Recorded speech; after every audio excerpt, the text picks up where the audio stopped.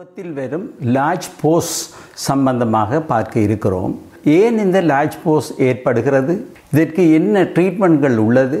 Large Bose வந்துள்ளவர்கள் எந்த வகையான விடயங்களை கடைபிடிக்க வேண்டும்? எங்களது நெய் சுரப்பி, அதாவது எண்ணெயை சுரந்து கொண்டிருக்கும் சுரப்பி தோலினூடாக மிகச்சிறிய துவாரத்தினூடாக சுரந்து கொண்டு இருக்கிறது. இதை நாங்கள் பார்த்தோம்னா இந்த படத்தில் காட்டப்பட்டிருக்கிற நார்மலான ஒருவருக்கு எவ்வாறு இந்த சுரப்பி காணப்படுகிறது.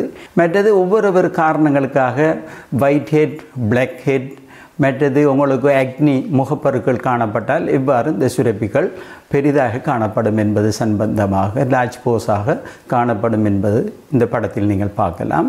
மற்றது ஏன் இது ஏற்படுகிறது என்று பார்த்தால் எங்களது வயது போக போக இது ஏற்படுறதுக்குரிய காரணம் கூட. எங்களது தோலில் காணப்படும் 2 வகையான புரோட்டீன்ஸ் காணப்படுது. ஒன்று நாங்கள் சொல்லுவோம் இலாஸ்டின், அடுத்தது சொல்லுவோம் கொலாஜன்.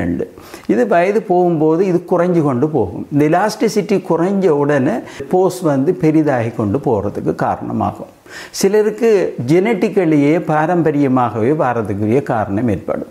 சிலருடைய தோல் எண்ணெய்த்தன்மையானதாக இருக்குது, நிறைய எண்ணெய்த்தன்மையாக அவங்களோட முகங்கள் காணப்படும், அவர்களுக்கும் இது காணப்படும். சிலருக்கு நிறைய முகப்பருக்கள் தோன்றும், அவர்களுக்கு இந்த பிரச்சனை ஏற்படுறதுக்கு வாய்ப்பு ஏற்படும். மற்றது அதிகமாக வெயிலில் போய் கொண்டிருப்பார்கள், அதால் வெயில் தாக்கம் அவங்களுக்கு கூடுதலாக இருக்கும், அவங்களுக்கும் லார்ஜ் போஸ் ஏற்பட வாய்ப்புகள் அதிகம். மற்றது சிலருக்கு சில காரணங்களினால் கூடுதலாக எண்ணெய் சுரப்பி கூடுதலாக சுரந்து கொண்டிருக்கிறது, அது ஒரு காரணம். மேலும் சில வகையான டேப்லெட்ஸ்கள் நாங்கள் சில வருத்தங்களுக்கு கொடுக்கறது, அதை பாவிக்கிற ஆட்களுக்கும் இந்த எண்ணெய் சுரப்பி அதிகமாக சுரக்கிறதுக்கு இந்த காரணங்களால் தான் இதில் லார்ஜ் போஸ் ஏற்படுகிறது.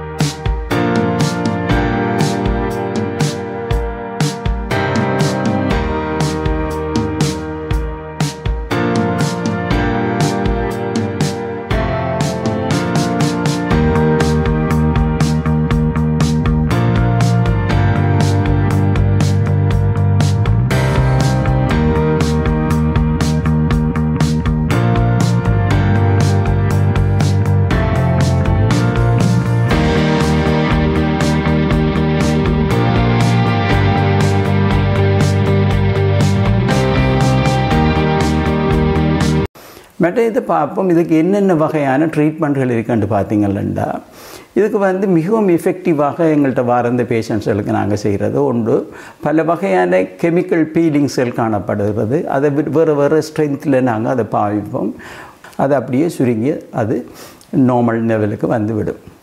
மற்றது மைக்ரோ நீட்லிங் ஒரு ட்ரீட்மெண்ட் ஒன்று இருக்குது. அந்த மைக்ரோ நீட்லிங்களை பாவிச்ச உடனே இந்த தோலுக்கு அடியில் இருக்கிற கொலாஜன், இலாஸ்டின் அந்த ஃபைபர்ஸ் கொஞ்சம் ஸ்டிமுலேட் பண்ணப்பட்டு அது கூடுதலாக வளர்ச்சி அடையும், அதுவும் ஒரு முறை. அடுத்தது லேசர் ட்ரீட்மெண்ட்டாலேயும் நாங்கள் இதை சுகமாக்குவோம்.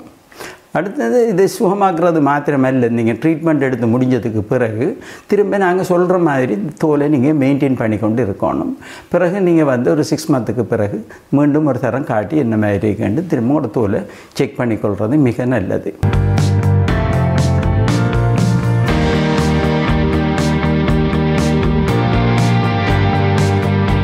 மற்றது நாங்கள் பார்ப்போம், நீங்கள் செய்ய வேண்டிய என்ன வகையான கேஸ் நீங்கள் எடுக்கணும்.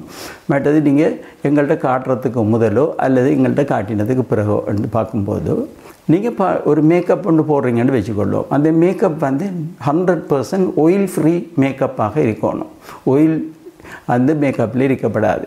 அடுத்தது சில பவுடர் மாதிரி இருக்கிற ஐட்டங்கள் நீங்கள் மேக்கப்பில் பாவிக்கப்படாது. பவுடர் இதுகளை பாவிச்சிங்கன்னா இது சின்ன துவாரங்களாக இருக்கிற இந்த போஸை அப்படியே பிளாக் பண்ணிவிடும். அதனால் ஏற்படக்கூடியது உங்களுக்கு முகப்பருவை ஏற்படுத்தும். சும்மா இருக்கிறவங்களுக்கு திடீரென்னு முகப்பரு வர தொடங்கும் ஒரு விடயம். அடுத்தது என்ன செய்யும்னு சொன்னால் இதனால் இந்த உங்களோட சின்ன போஸுகளை பெருசாக மாற்றிவிடும், இது லார்ஜாக மாற்றிவிடும். மற்றது ஆகவே நீங்கள் ஏதாவது உங்களுக்குரிய காஸ்மெட்டிக் ஷாப்பில் போய் உங்களுக்கு தேவையான நீங்கள் அன்றாடம் பாவிக்கிற பொருட்களை நீங்கள் ப்ராடக்ட்ஸுகளை வாங்கும்போது நான் கொமடோஜீனிக் என்று எழுதியிருக்கிறதான்னு பார்த்துக்கோங்க அந்த ப்ராடக்ட்ஸ்களில். அல்லது ஆயில் ஃப்ரீ என்று எழுதிக்கிறேன்டா பாருங்கள். அல்லது நாட் கிளாக் போஸ் நாட் கிளாக் போஸ்ன்னு இருப்பாங்க. நாட் கிளாக் கணக்கில் அந்த போஸுகளை துவாரங்களை அடைக்காதது அப்படி என்று கருத்துப்பட எழுதியிருந்தால் மட்டும் அந்த ப்ராடக்டை மட்டும் நீங்கள் தெரிவு செஞ்சு பாவீங்க நீங்கள் ப்ராடக்ட்ஸை பாவிக்கும் போது.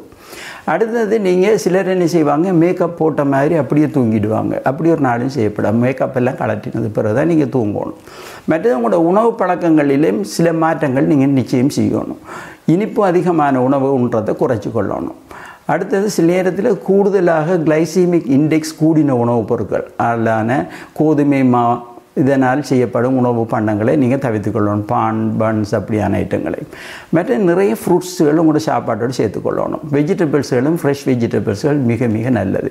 ஃபைபர்ஸ் அதிகமான உணவுகளை அதிகமாக உண்ண பார்க்கணும். அடுத்தது குறைந்தது காலையிலையும் இரவிலையும் ஒரு நாளைக்கு 2 தடவையாவது முகத்தை நீங்கள் கொஞ்சம் நகைச்சூட்டளவு சூடுள்ள தண்ணீரில் முகத்தை கழுவி கொள்ளணும். நான் கொமட்டோஜீனிக் கிளீன்சர்ன்ட்டு இருக்கும் தேவையான ஃபேஸ் வாஷஸ். அப்படியானதில் தான் நீங்கள் செலக்ட் பண்ணணும். தண்ணியை போட்டு மிச்சம் ஊண்டி தேய்க்கப்படாது. முகத்தை தேய்ச்சி கழுவக்கூடாது. மிகவும் மெதுமையாக கழுவ பார்க்கணும். அடுத்தது கழுவினத்துக்கு பிறகு நீங்கள் மிகவும் சாஃப்டான ஒரு டவல்னால் அதை ஒத்தி எடுக்கணும். ஊண்டி தேய்ச்சி அப்படி செய்யப்படாது. அப்படி செய்கிறதால எண்ணத்தன்மை அதிகரிக்கும். உங்களுக்கு மிகவும் நல்லது. இரவைக்கு நீங்கள் தூங்கும்போது சலிசிலிக் ஆசிட் சேர்ந்த கிளீன்சர்ஸ்கள் இருக்குது, ஃபேஸ் வாஷஸ் இருக்குது. அதுகளை இரவைக்கு நீங்கள் முகத்தை கழுவும் போது பாவிச்சு கொண்டுறது மிகவும் நல்லது.